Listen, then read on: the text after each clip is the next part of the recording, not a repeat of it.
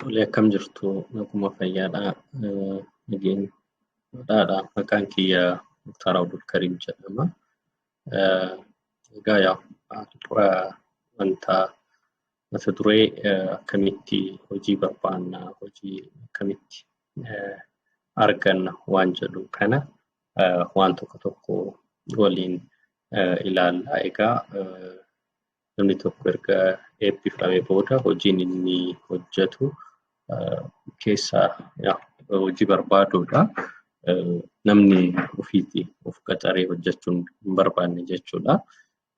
Kanaaf namni kun maal gochuu qaba waan jedhu waan muraasa kaasna jechuudha. Har'a waan walii galaatti ilaalla. Inni jalqaba getting prepared qophaa'ummaadha. Kun maal inni ragaalee nu barbaachisan qopheessuudha. Ragaalee nu barbaachisan qopheeffachuudha. Especially ragaalee nu barbaachisan degree keenya student copy keenya qopheeffachuu qabna. Degree fi student copy keenya sun immoo original ta'uu danda'u qabaata. True copy jechuudha. True copy ta'uu danda'u qabaata. Official yoo danda'ame immoo kan official degrees yoo qabaatame gaarii ta'a. Inni biraa support letters yookaan immoo xalayaawwan deeggarsaa jiraachuu malu jechuudha. Yookaan qabaachuu dandeessu. Kan department headiin nama barreessu jira. Kan immoo barsiisonni nu barsiisan especially koorsii nu barsiisaa turanii fi barnoota yookaan koorsii isaaniitiin qabxii gaarii finne barreessuu danda'u. Barnoota kiyya kana waan akkanaa qaba, amala akkanaa qaba jedhanii wanni isaan barreessan jira. Wanni isaan barreessan yoo jiraatan ragaa akkasii sana qabachuun baay'ee barbaachisaadha. Nama kaaniifis of duraaf namni haaraa eebbifame yoo jiraate barreeffachiisuu duraaf eebbifamus waan kana baratamuu danda'u qabaata. Namni bakka hojjetetti waraqaan beekumtii namni sun waan inni qabu amala isaa sana ibsu barbaachisaadha. Ammas yoo odoon barreeffatinis maane departmenteetiin wajji kontaakti goone akkasiin barreessanii qabattan gochuun ni barbaachisa. Inni biroo xalayaawwan gumiilee adda addaa keessatti yookaan koree adda addaa keessatti sadarkaa yuunivarsiitiitti turtan dorgommii adda addaa keessatti hirmaattan yoo jiraate xalayaawwan akkasii barbaachisaadha. Fakkeenyaaf namni ispoortii irratti hirmaatu kan ispoortii, namni barataa seeraa ta'e immoo dorgommii kan seeraa muut koortii irratti hirmaate waan ragaa akkasii sana qabaachuun ni eegama jechuudha. Sadarkaa lammaffaa irratti erga ragoota kana qindeeffannee booda ragoota kana bifa PDF'tiin qopheeffachuudha. Ragaalee kanneen bifa PDF'tiin qopheeffachuudha. PDF'in immoo qopheessinu ragaalee kana bakka tokkotti fuula tokko keessatti 20 ta'u 30 ta'u walitti aansinee gochuu qabna. Kophaa gochuu hin qabnu jechuudha. Yeroo tokko kophaa yoo goonu harkaa bittinnaa nama ragaa keenya sana ilaaluufis komfortiin kennu. Kanaaf hanga danda'ame bakka tokkotti 10 haa ta'u 20 haa ta'u bakka tokko irratti gochuudhaan nuufis erguufis baay'ee salphaadha. Imeeliinis erguu, telegiraamiinis erguu, sheer gochuu baay'ee nu rakkisu jechuudha. Kanaaf ragaalee keenya bakka tokkotti walitti qabnee deemuu qabna. Inni biraa networking uumuudha. Qaama adda addaa hiriyoota keenya ta'uu danda'a, fira keenya ta'uu danda'a, nama beeknu ta'uu danda'a. Hunda isaanii eebbifamuu keessan odeeffannoo qabaachuu qabu. Odeeffannoo kennuu fi barbaachisaa networkii keenya bal'isuu qabna. Akkuma yeroo darbe dubbanne carraa arganne hojii of beeksisuu, hojii staatasii keenya ibsu barbaachisaa ta'a jechuudha.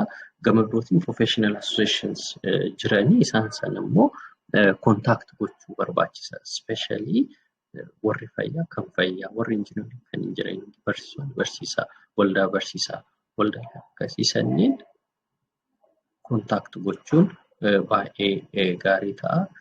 Gama birootiin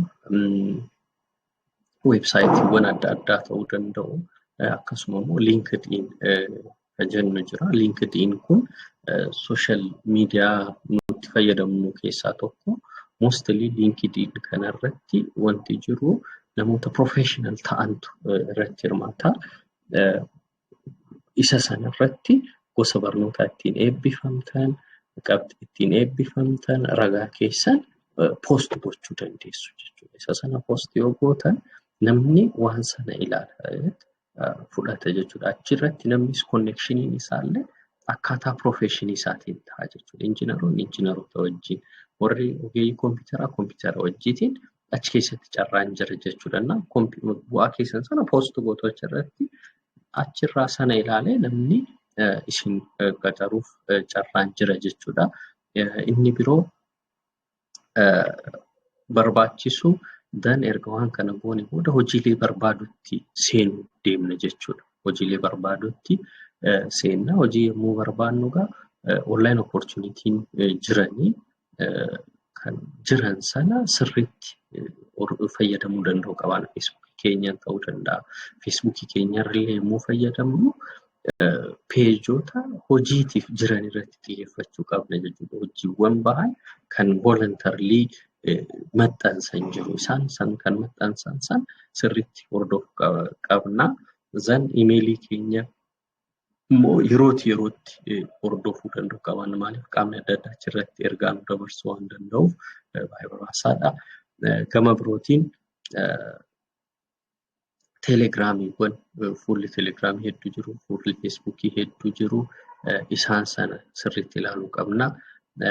Yommuu waan kana ilaallu of eeggannaa guddaa gochuu danda'u qaban. Yeroo tokko tokko sin qaxarraa qarshii hanganaa galchaa qarshii akkasii waan jedhu waan jiraatuuf hanga danda'ameen qaamni nu qaxaruuf beeksisa baase suni maal barbaadaa, maal gaafataa, eessatti argama waan jedhu detail organizationii sanarratti ragaa funaannachuun baay'ee barbaachisaa. Inni biroo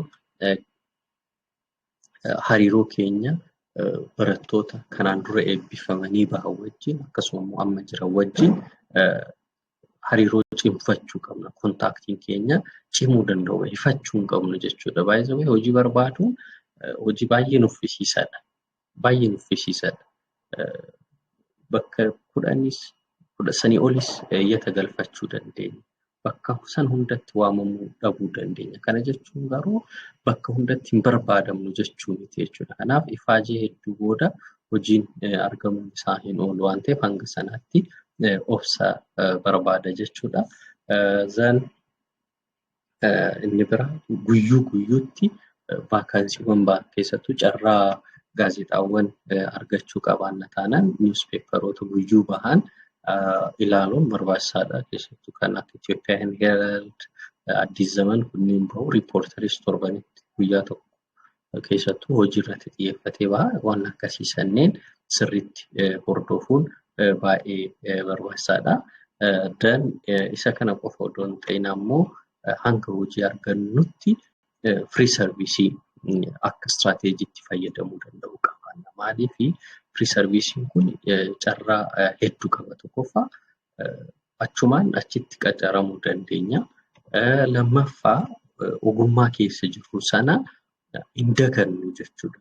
Ekspiriyeensii geen gochaa deemna. Aseechans hojiilee yoo arganne bakka dhaqne irratti kompiitant ta'uu dandeenya jechuudha. Kanaaf kana hubannee bakkee deemne hundatti hanga jirrutti free serviisii kennaa beeksisa keenya hordofataa deemna. Aseechans immoo hawaasuma hojjennu san wajjin carraan ittiin nuti neetworkii uumuuf qabnu guddaa ta'a jechuudha. Har'aaf kanan jechuu barbaade waliigalatti waan hojjetaniif galatoomaa. Ergaa kana fakkaatuu fi kan biroollee qabadhee isinii yaada jechuudha. Har'aaf kanuma hojjenne galatoomaa.